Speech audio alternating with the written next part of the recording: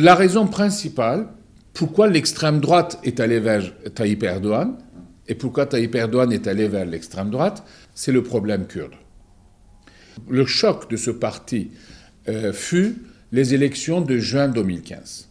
Le parti HDP, en obtenant 13% des voix, non seulement il avait empêché que le parti de Tayyip Erdogan ait la majorité parlementaire, mais en même temps, il était devenu troisième groupe parlementaire avec 80 députés.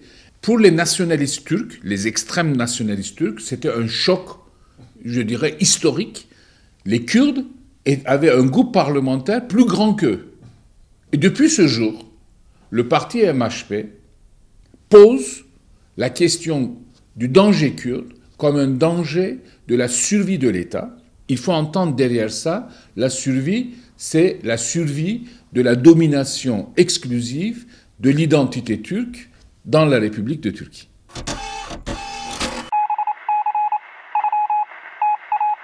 Le problème du CHP n'est pas très différent.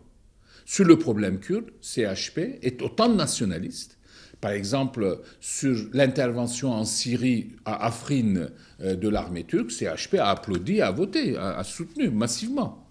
Au moment décisif, le CHP, sur le problème kurde, se range du côté de l'État et de l'AKP.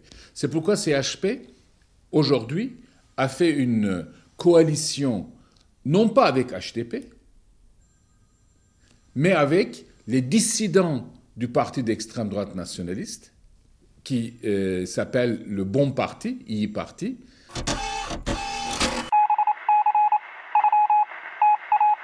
En Turquie, nous n'avons pas un système électoral à deux tours. Donc nous n'avons pas le luxe en Turquie de dire au premier tour je compte et au deuxième tour je soutiens.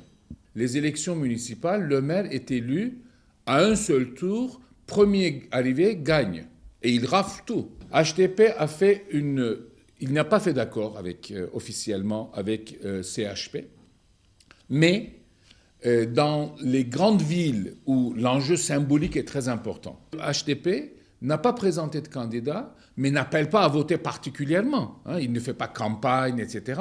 Mais ne veut pas prendre la responsabilité de l'échec de l'opposition dans une configuration où sa présence n'est que symbolique, mais marginale. Comme les deux candidats sont très proches l'un de l'autre, actuellement, à Ankara, les sondages d'opinion donnent pour le candidat d'opposition 3-4 points d'avance, pas plus. Et à Istanbul, entre les deux candidats, il y a 1 ou 2 points d'écart. Donc, c'est très très tendu.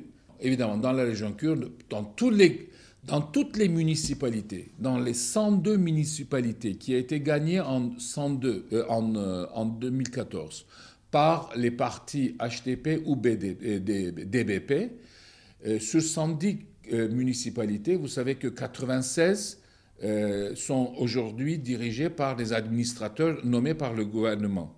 Dans toutes ces municipalités, sans exception, HDP présente un candidat pour pouvoir montrer que la population refuse cette oukase du pouvoir. Et d'ailleurs, Tayyip Erdogan, très gêné par ça, il menace que si les candidats du HDP regagnent ces municipalités, ils vont renommer des administrateurs. Il faut quand même voir la répression qui pèse sur les Kurdes. Ils mènent une campagne électorale avec des députés qui sont en prison, avec des dirigeants locaux en prison, des milliers de militants sont en prison, des milliers et des milliers, les journaux interdits, etc., etc. Et gagner les élections municipales dans ces conditions, c'est de montrer qu'il y a derrière HDP une volonté du peuple, des électeurs kurdes, mais aussi turcs, pour montrer qu'il y a quand même une résilience très forte contre laquelle toutes les répressions possibles et imaginables n'ont plus d'impact. Parce qu'il peut pas faire... Qu'est-ce qu'il peut faire plus?